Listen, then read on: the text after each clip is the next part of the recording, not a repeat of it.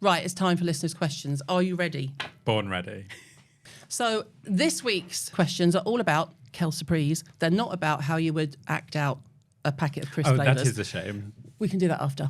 It's fake tanning and everything that comes with it. Sure. Do you think, just out of interest, do you say fake tan or self-tan? I say self-tan. Yeah, I was going to say self is better. Well, I say self-tan, but sometimes I'm like, well, it is fake tan. This is a long story, but some people say that fake is a negative word, and so it has negative connotations, which is not what self-tan is. But I'm like, listen, I grew up in the 90s, noughties. It was fake tan then, and it can be fake tan now. Especially in the north. Yeah. Okay, your biggest pet peeve with general tanning application. So if you see someone doing it, you're like, oh, what are you doing? Circular motions. Interesting. Elaborate. When you are applying a mousse or a water or any type of tanning product, circular motions is an uneven pressure when you are distributing onto the skin. If you sweep, almost like you're frosting a cake or plastering a wall, you're going to get a much more even finish. Wow. A lot of nodding heads in the room. Like Tom's like, right, noted. Right, this is from Bev. Do you both wear tan every week or just for occasions? Oh, Bev, I mean, I think the description of this show will tell you that.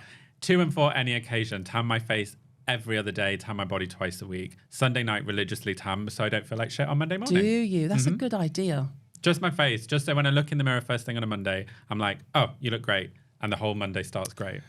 I do it, well, I ran out of your drops. So I used to do it, like I say, every other day, every second day, just to keep I have sent you some more, by the way. Well, I haven't had them. Well, I have Well, I'll buy them. The last bottle had a price label on because I bought them. I'm not afraid to spend money on you. But I don't do fake tan on the body. I just can't be bothered. And I'm mostly covered. I just can't. I don't get my legs out. If I'm on holiday. So you're a patchwork tanner? I'm a patchwork tanner. That's me. Yeah. Another listener has asked about tanning their hands. How do you stop your hands and feet being streaky, or are you wearing gloves? I have so many times when I walk into a room, especially in meetings, and I see girls hiding their hands. And often, a lot of the time, they'll get excited that they're doing a tanning meeting the next day, they'll tan, and then I'll mess their hands up. Or I'll be on the tube. Orange palms. It's tan stuck in between the fingers, which is, or under the nails, which is actually a very common side effect of if you're using gradual tan and you forget to wash your hands. I can usually tell what tan it is. Yeah. Moisturise your hands pre and post tan application. And after you've put the tan over the hands are like sponges. They will drink the tan. Everything. So you need the tiniest bit. Use what's left over on the mitt from doing the full body. Sweep the mitt over the hand once. Wipe the nails. Cleansing balm on the hands. Just wash the cleansing balm over the palms, in between the fingers, and take a flannel and then wipe the cleansing balm off. Put moisturiser on the bottom of your wrist and take... I always used to miss that bit. It's very, very common to get that tan sleeve. Yeah. And then you just take a kabuki brush, we sell one, Shape and Glow brush, and just sweep it over the bottom of the wrist and over the knuckles, and then you won't have that tan effect. If your tan is fading on the hands quicker and you're ending up with the white palms, which is what this listener has asked about, you can spray a makeup brush with a tanning water and just sweep that over the hands and then buff it in and then wipe the nails and in between the fingers and palms again. What's the most awkward part of the body to tan? Underneath the boobs. If they're big boobs, I say, yeah, do you want to just lift them up? Let me rephrase that question. Did you have to do that with Chrissy Teigen? I did not. It's going to drop you I in. did not. But I often ask, I'm like, do you want to lift your boobs and just lean over? Like, oh my God. I mean, I'm not being funny. There are very few men in the world who could get away with saying that to women. Would you like to lift your boobs and lean over? Listen, I've got to get in and around. I've got shit to do. And you're booking me to make you look great. I'm going to do it.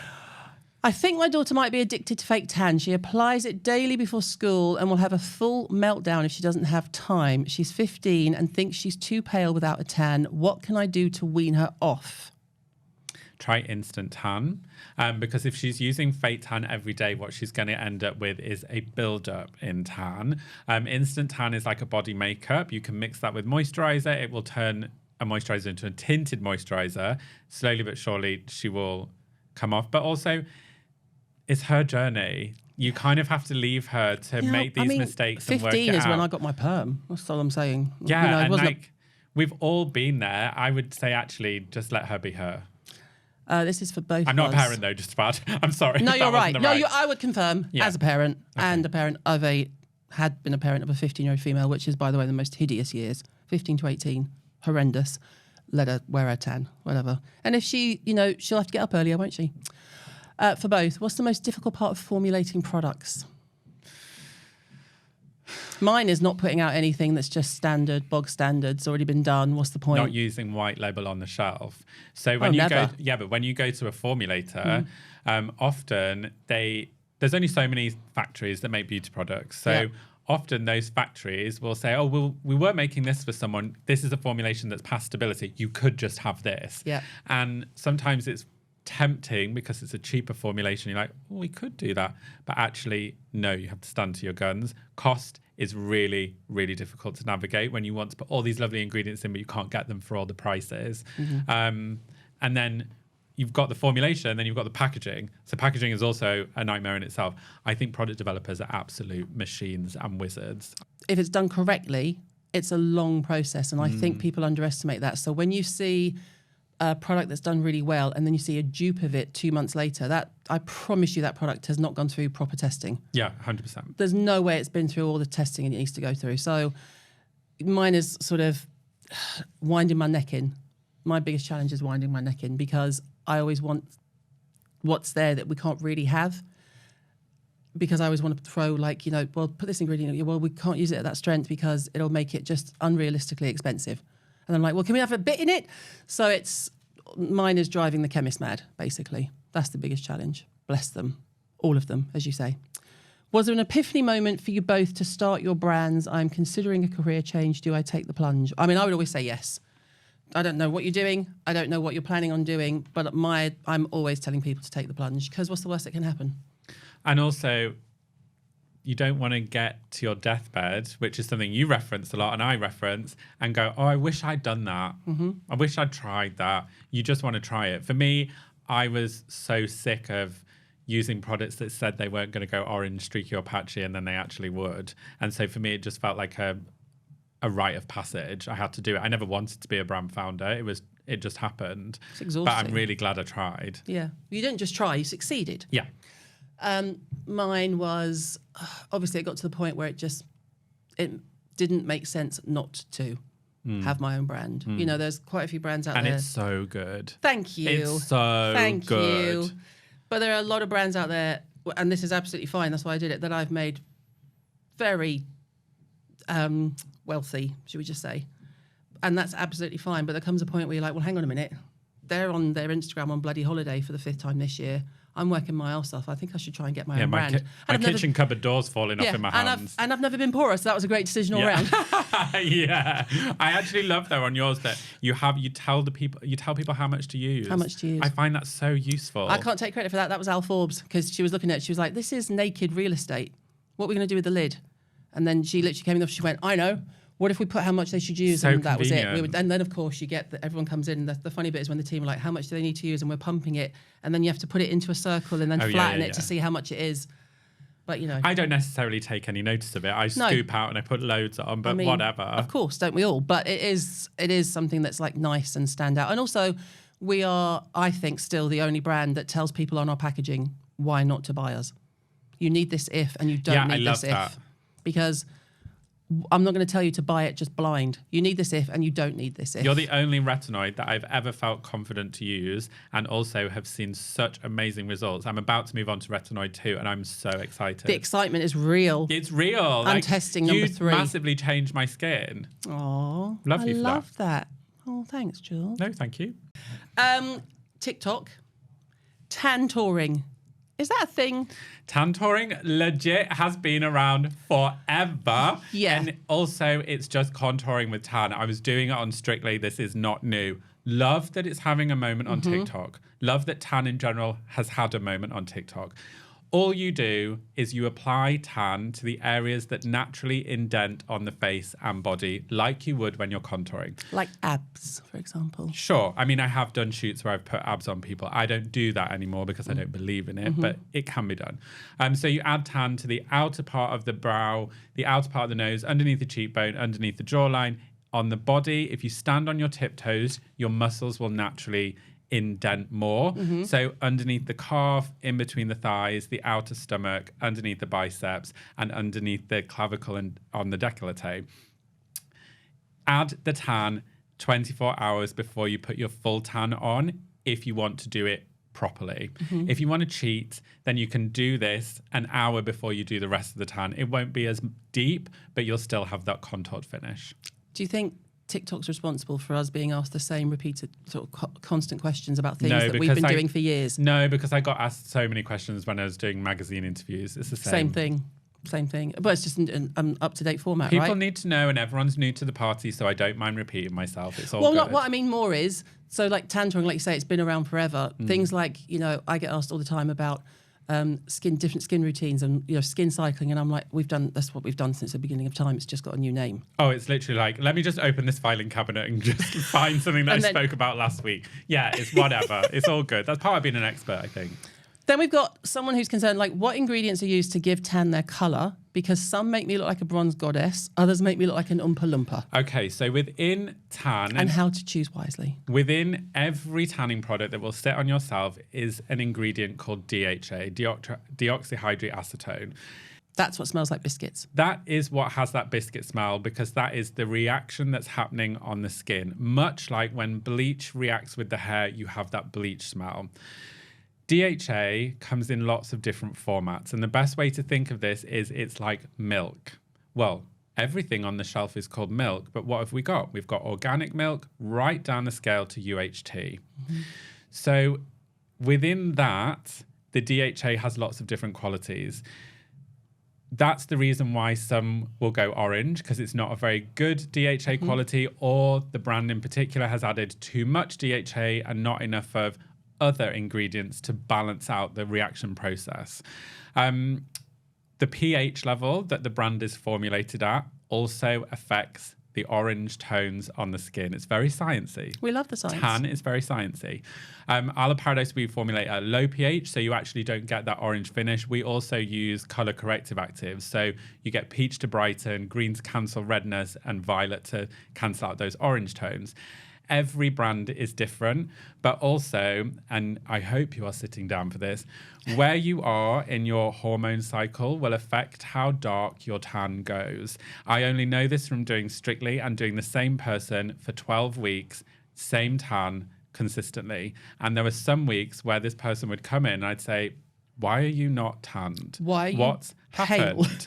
What have we done that was different? We haven't done anything different. We'd boil it back and work it out. And it was every single week when she was due on, her tan wasn't as dark. When she was on or coming off, her tan would go darker. Hormones are incredible, and they affect so many aspects of the skin, including the tan. Similarly, if you are stressed, dehydrated, on antibiotics, or having chemotherapy treatment, your tan will take differently. I mean, it's just all science. It's all science. Wow. And then, finally, someone who's getting married in the summer, they are totally overwhelmed. There are too many options. They want to do some self-tanning because they don't want to be in the sun. Where do they start? Okay, so I'll tell you where not to start, because when I was spray tanning, the amount of times someone would come to me for a spray tan and say, what's your tan for? And they'd be like, I'm getting married in 2 days. And I think, you are so lucky. What are you doing? You are so lucky that I'm a good tanner, because anything could happen. So tan will hide all the signs of stress on the skin. It will give you glow from top to toe. But remember, when you're getting married, it's not, and I know this is going to come as a shock, it's not about just you. It's about the other person that you are marrying and your whole bridal party in lineup in photos. So don't you be leaning in, getting a super dark tan when no one else is getting a spray tan. Excellent advice. Either have a tanning party and get your tanner out to a location and everybody gets a spray tan. Lovely. Very easy for a spray tanner to do, rather than lots of this spray tanner going everywhere. Or go lighter shade. Go a lighter shade. I always recommend tanning 3 days before a wedding, because the day after a tan sometimes settles. The day after that, it might be a little bit too dark still. So then at least you've got that buffer day 3. And you can fix a streak, right? If you've had, not that you would cause a streak, but if you're doing it yourself. Yeah, of course. You've got room for maneuvers. Also tell your makeup artist that you're having a spray tan, because obviously your foundation shade will be different.